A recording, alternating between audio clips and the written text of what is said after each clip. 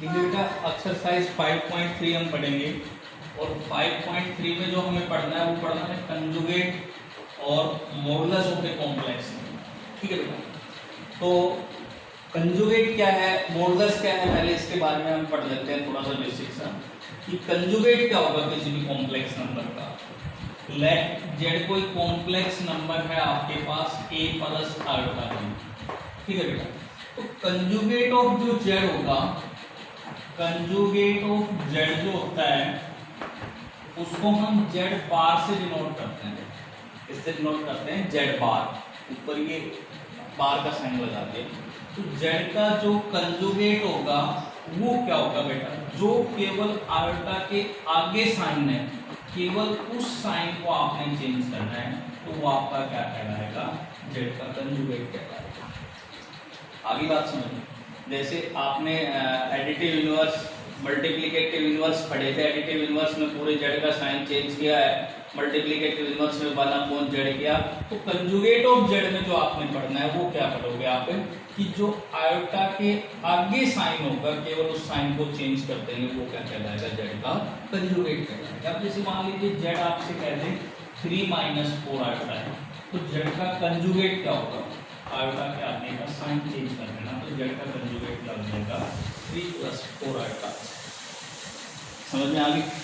अब कंजुगेट के ऊपर कुछ प्रॉपर्टी है कि भाई एक तो ये है कि जेड कंजुगेट का कंजुगेट यदि हम कर देते हैं, जेड कंजुगेट का कंजुगेट यदि हम कर देते हैं तो वापस किसके बराबर आ जाएगा, वो जेड के बराबर आ जाएगा। देखिए मान लीजिए जेड आपका a प्लस आयोटा b था, ठीक है।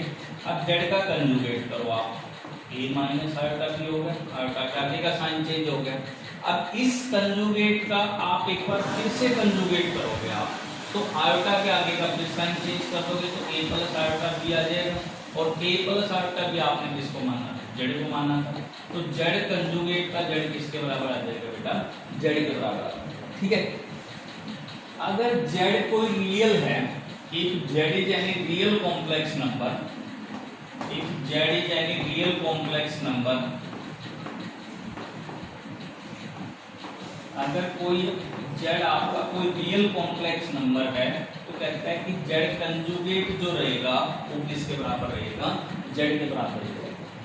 देखो क्या काम है, जेड कोई रियल कॉम्प्लेक्स नंबर लेना है, इसका मतलब इमेजिनरी पार्ट आपने लेना ही नहीं है, इमेजिनरी पार्ट आपने हटा देना है। ठीक है, तो ये आपका जेड आ गया, कोई भी रियल कॉम्प्लेक्स नंबर, क्योंकि इमेजिनरी पार्ट तो है ही नहीं। भाई रियल कॉम्प्लेक्स नंबर का मतलब क्या होगा, वैल्यू रियल आनी चाहिए, इमेजिनरी की वैल्यू आनी नहीं चाहिए, आयोटा की वैल्यू आनी नहीं चाहिए। अब कहता है कि इस जेड का कंजुगेट करो आप, तो कंजुगेट क्या होता है, आयोटा के आगे का साइन चेंज करना। इसमें आयोटा तो है ही नहीं, तो साइन किसका चेंज करोगे, इसी का चेंज नहीं होगा, 3 रहेगा। तो यहाँ से जेड कंजुगेट जो है आपका वो किसके बराबर रहेगा, जेड के बराबर रहेगा। ठीक है। अगर जेड कोई रियल है तो जेड कंजुगेट जो आपका रहेगा वो क्या रहेगा, जेड के बराबर रहेगा। ठीक है बेटा।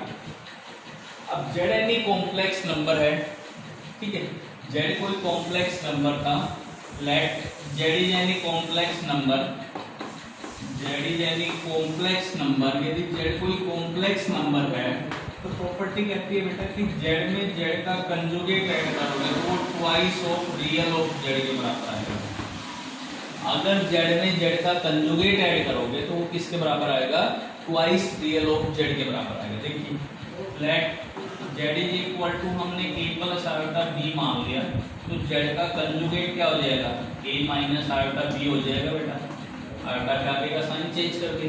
अब इक्वेशन फर्स्ट और सेकंड को आप ऐड कर दो, फर्स्ट में सेकंड ऐड करो तो लेफ्ट हैंड साइड में लेफ्ट हैंड साइड ऐड होगी, राइट हैंड साइड में 2a आएगा। भाई आयोटा b से आयोटा b कट जाएगा तो 2a आ गया, तो z प्लस z का conjugate is equal to 2 into a लिख सकते हैं हम इसको। अब a देखो क्या है, a जो था वो रियल ऑफ z की भी तो वैल्यू है, z की वैल्यू में a क्या था, रियल ऑफ z ही तो था। तो यही तो हमने लिखा था कि z प्लस z का जो कंजुगेट आएगा वो किसके बराबर आएगा, ट्वाइस रियल ऑफ z के बराबर आएगा। ठीक है। अब प्रॉपर्टी नंबर सेकंड क्या कहती है कि z में से z का कंजुगेट को माइनस कर दो तो ट्वाइस ऑफ इमेजिनरी जेड के बराबर आएगा। अगर जेड में से जेड का कंजुगेट में माइनस कर दूं, अब देखो दोनों को प्लस की बजाय मैं क्या कर दूं, यहाँ दोनों को माइनस कर दूं बेटा। इक्वेशन फर्स्ट और सेकंड को यदि हम माइनस कर लें तो माइनस करेंगे तो लेफ्ट हैंड साइड में से लेफ्ट हैंड साइड माइनस होगी और राइट हैंड साइड को माइनस करेंगे तो ये नेगेटिव ये पॉजिटिव ये कैंसिल हो जाएगा, ये कैंसिल हो जाएगा, क्या आएगा ट्वाइस आयोटा ऑफ बी आएगा। ठीक है, तो ये आ गया जेड माइनस जेड का कंजुगेट इज इक्वल टू 2 और आयोटा बी, आयोटा के आगे बी, तो ये क्या आ गया इमेजिनरी ऑफ जेड आ गया कि नहीं आ गया, आयोटा बी जो आयोटा है इसका मतलब इमेजिनरी और बी किसकी वैल्यू जेड का इमेजिनरी पार्ट है, तो इसका मतलब जेड माइनस जेड का कंजुगेट जो आएगा वो किसके बराबर आ जाएगा ट्वाइस ऑफ इमेजिनरी जेड। ठीक है, आप कहते हैं प्रॉपर्टी नंबर 3 की जेड कोई जेड कंजुगेट के साथ यदि हम मल्टीप्लाई करेंगे, यदि जेड की जेड कंजुगेट के साथ हम मल्टीप्लाई कर देते हैं तो इसका आंसर ऑलवेज ग्रेटर देन 0 होगा, इसकी वैल्यू या तो 0 या हमेशा 0 से क्या रहेगी बड़ी आएगी।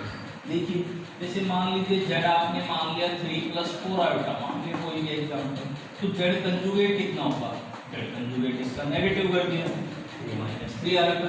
अब जेड और जेड कंजुगेट की आप मल्टीप्लाई करो तो 3 + 4 आएगा इंटू 3 - 4 आएगा, तो a + b a - b a का स्क्वायर और माइनस b का स्क्वायर, तो 3 का square 9 - 16 iota square, iota square की वैल्यू -1 करेंगे तो प्लस आएगा, तो क्या आंसर आया बेटा 25 आया नहीं आया।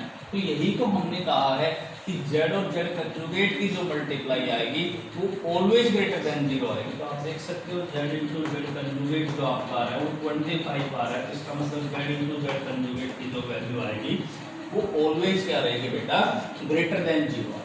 ठीक है, तो ये था आपका कंजुगेट का पार्ट। अब हम बात करते हैं मॉडुलस।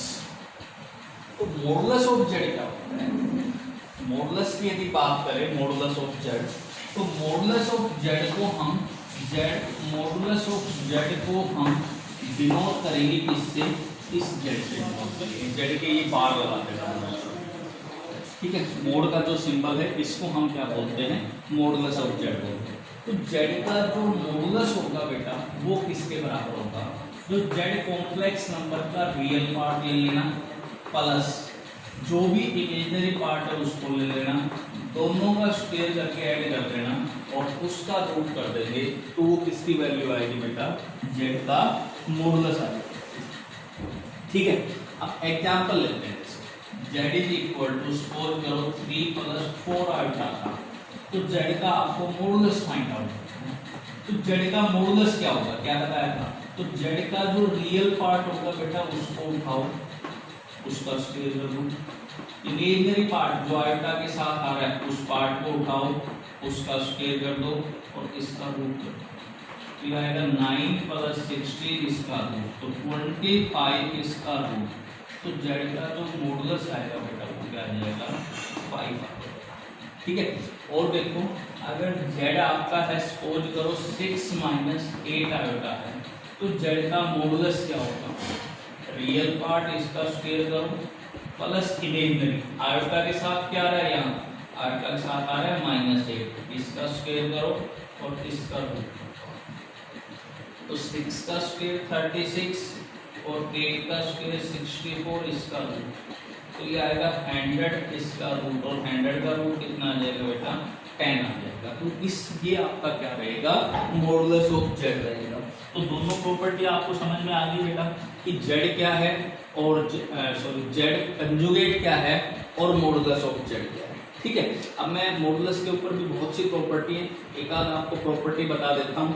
तो अगर जेड को हम जेड कंजुगेट से मल्टीप्लाई करें, एक आध प्रॉपर्टी में बता देता हूँ कि जेड को हम जेड कंजुगेट के साथ यदि मल्टीप्लाई करें, जेड की मल्टीप्लाई जेड कंजुगेट के साथ करते हैं तो मॉडुलस ऑफ जेड स्क्वायर के बराबर आता है। जेड की यदि जेड कंजुगेट के साथ मल्टीप्लाई करें तो मॉडुलस ऑफ जेड स्क्वायर के बराबर आता है। देखिए जेड इज इक्वल टू आपने a + आयोटा b माना, तो जेड का कंजुगेट हो गया a - iota b, left side कहती है जेड को जेड कंजुगेट से मल्टीप्लाई कर दो, तो आएगा a + iota b multiply by a - iota b, ये बनेगा a² - आयोटा² b²। और आयोटा स्क्वायर की वैल्यू -1 है, तो ये आएगा a square plus b square, ये आएगा आपके लेफ्ट साइड। राइट साइड क्या कह रही है? राइट साइड कह रही है कि z मॉडुलस करो, तो z का मॉडुलस करो आप, तो रियल पार्ट का स्क्वायर प्लस इमेजिनरी पार्ट का स्क्वायर और इसका, और कहती है इसका स्क्वायर कर दो आप, तो इसका स्क्वायर करेंगे तो क्या आएगा? a square plus b square आएगा, दोनों इक्वल आ गए। यहाँ से आप कह दोगे z इंटू z कंजुगेट की जो वैल्यू आएगी वो मॉडुलस ऑफ z स्क्वायर